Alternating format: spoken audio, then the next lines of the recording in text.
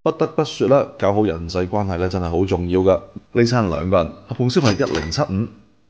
大家好，我係有嗰句講嗰句嘅斜槓莊園 Theo。今日就嚟試一試呢間喺濱江扎根快4年嘅蓋亞。真係唔係因為今日恰逢咧係520㗎，真係唔係啊。畢竟咧520呢個時間節點其實對我嚟講唔算太友好，因為今日咧我要食晚黑9點之後嘅第3輪啦。呢度啲生意咧確實好鬼火爆。今日嘅菜單輕輕咧有啲唔同㗎，但咧都唔係嗰啲固定嘅套餐，菜品咧依然咧都係可以散點㗎。呢點咧我幾中意，起碼咧唔會存在住被逼必選嘅內容。迷迭香蒜味香脆細薯條。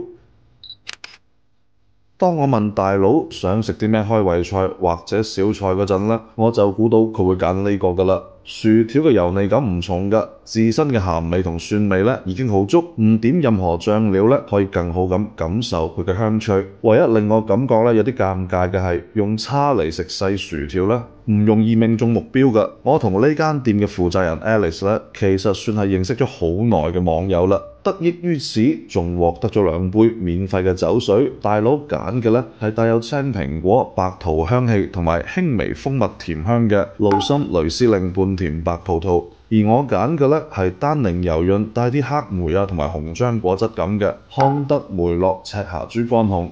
果然啦，出門靠朋友，識多幾個 friend 咧，搞好人際關係都好重要嘅，真係。正如黃子華所講，做人冇咁關食屎㗎啦。乾式熟成澳洲 M5 T 骨牛扒。嚟到食牛扒嘅專門店，識食嘅梗係食 T 骨啦，因為可以同時品嚐到菲力同埋西冷。順帶科普一下，量多嗰邊咧係西冷，量少嗰邊咧係菲力，定律嚟㗎。上台嗰陣嘅感覺咧就好鬼正啦，特登咧揀咗3成熟，因為呢一種滋滋作響嘅狀態咧會持續好長一段時間㗎，足夠咧我影出唔錯嘅視頻素材同埋圖片。經過咗呢段時間之後咧，肉嘅狀態會輕輕變得更加熟一啲，但依然咧都係喺最佳嘅賞味區間之內㗎。相反，如果揀其他熟度，而你又唔係食得特別快嘅話咧，肉就會被碟嘅餘熱咧更進一步咁煮熟，好容易咧就會超過最佳嘅賞味區間。據說呢嚿 T 骨咧係經歷咗40日以上嘅乾式熟成，從呢個3成熟但咧又唔會血水亂流嘅狀態嚟睇，熟成嘅狀態同埋醒肉環節咧都做得幾唔錯。比起呢個綠色嘅醬汁，我更加中意直接加鹽同埋黑胡椒啊！表面嘅焦化層咧係焦褐色㗎，食起身咧有輕微嘅脆感，入邊嘅肉質咧依舊保持住粉嫩多汁，可以做到咁樣嘅狀態，其實咧幾難㗎。除咗考驗廚師對烤箱嘅運用，都要考驗咧老闆願唔願意花大價錢買高品質嘅烤箱。我嘅建議係先食口感柔軟、脂肪更少嘅菲力，可以更加好咁感受嗰種純粹嘅肉香。冇咩脂肪都可以有咁曼妙嘅肉味同埋軟嫩嘅口感，正係咧菲力嘅魅力所在啊！另一個先食菲力嘅理由就係西冷嘅脂肪含量其實幾高㗎，食多咗咧都幾鬼漏，容易邊際效用遞減啊！類比到潮汕牛肉火鍋入邊嘅部位肉嘅話咧，應該會更加方便大家理解。西冷同菲力分別對應嘅咧係吊龍同埋吊龍心。反正呢一份 T 骨啊，熟成牛扒該具備嘅肉嫩多汁同埋期待中需要靠廚師賦予嘅表層微焦都做到咗啊！我強烈推薦啦！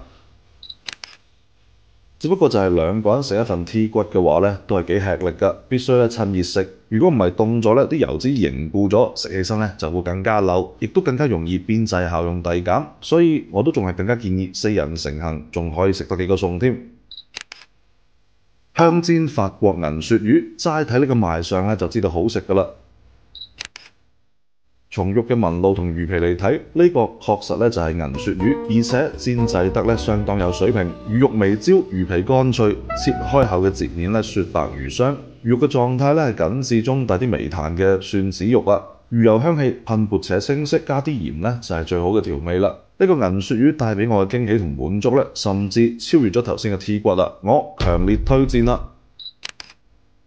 其實喺出面食銀鱈魚咧都幾容易有坑㗎，畢竟咧銀鱈魚同鱈魚喺個名上面咧都幾有迷惑性㗎。真正好食嘅咧係銀鱈魚，佢嘅學名其實咧係叫小鱗犬牙魚。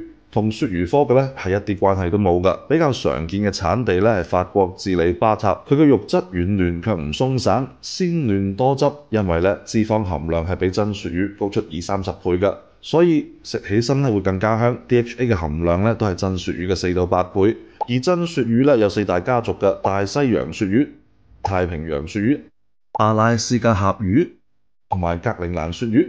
大家咧千祈唔好搞錯啊！而且仲要提防一啲黑心商人會打住銀鱈魚嘅名號，欺騙消費者以次充好。常見嘅咧就有一熟就縮水，口感咧有啲似九肚魚嘅水鱈魚，工業煉油神器，含油量超高，一篤就散嘅龍鱈魚。反正就係買之前咧先問清楚商家，睇清楚商品標籤或者背貼，選購小鱗犬牙魚就好。本來以為頭先送酒已經將我嘅面子果實全部兌現咗啦，細估唔到仲有免費嘅情人節手工甜品，係一個朱古力嘅心太軟啦。可可嘅香氣咧唔錯㗎，唔會太甜。呢餐2個人合共消費1075。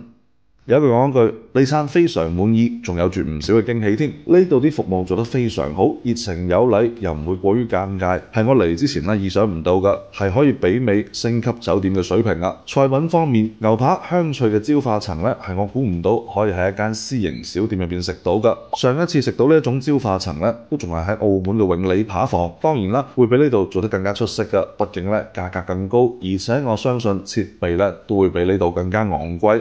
開亞可以做得出而家呢種程度，其實咧就已經無可挑剔㗎啦。不得不說啦，搞好人際關係咧真係好重要㗎，因為面子果實仲俾我享受到咗800折添。再次引用黃子華嘅話：你做人冇咁關食屎㗎啦！自費自願嘅 Theo 飯局即日起咧不定期盛行，歡迎新老朋友入群，踴躍參與啊！繼續同我一齊飲飲食食，人生積極，好嗎？